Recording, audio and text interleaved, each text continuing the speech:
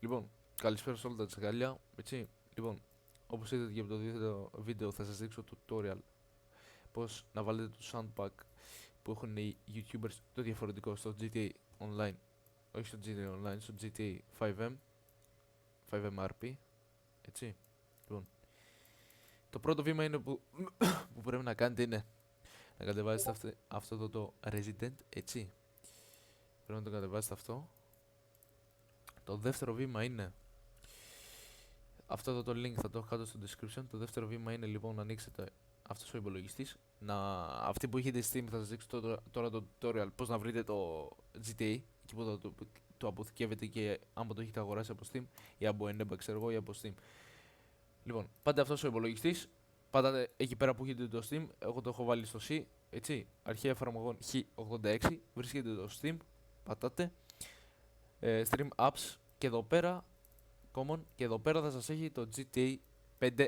Ενημερώνω και επαναλαμβάνω, αυτοί που το έχετε από το Steam ή από το Eneba. Τώρα, αυτοί που το έχετε από το Rockstar κανονικά, εγώ το έχω αγοράσει από παλιά 60 ευρώ, πολύ παλιά, από το 15. Λοιπόν, ανοίγετε πάλι τον υπολογιστή. Αυτοί που έχετε, βρίσκεται εκεί πέρα που έχετε το Rockstar Games. Το Rockstar Games. Εγώ το έχω εδώ. Μετά πατάτε H64, αλλά και εσείς απαντήσετε αυτό το H64, αυτοί που το έχετε από το Steam, εφόσον το βρείτε το φάκελο. Θα πατήσετε H64, use your data, audio, use your τι είπα, audio τέλος πάντων, CFX, και εδώ πέρα έχετε όλα τα sound.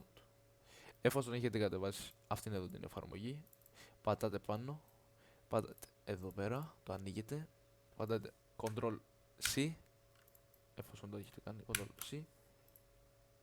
Μετά πάτε εδώ πέρα, να έχετε εδώ, να μην ας πούμε πατήσετε αυτό, γιατί άμα πατήσετε εδώ Ctrl V, εφόσον το έχετε copy και θα κάνετε τώρα paste, εφόσον πατήσετε εδώ πέρα το Ctrl V που είναι το paste, θα σας τα βάλει εδώ. Οπότε εμείς δεν το θέλουμε αυτό, θέλουμε να πατήσουμε εδώ πέρα στην άδεια επιφάνεια, εδώ πέρα, και Ctrl V. Εγώ τα έχω ήδη, τα sound, μπορείτε να το δείτε και από εδώ, να αυτά εδώ είναι. Τώρα, αυτό είναι το tutorial. Εύχομαι να είστε καλά και καλό παιχνίδι, να το πω έτσι.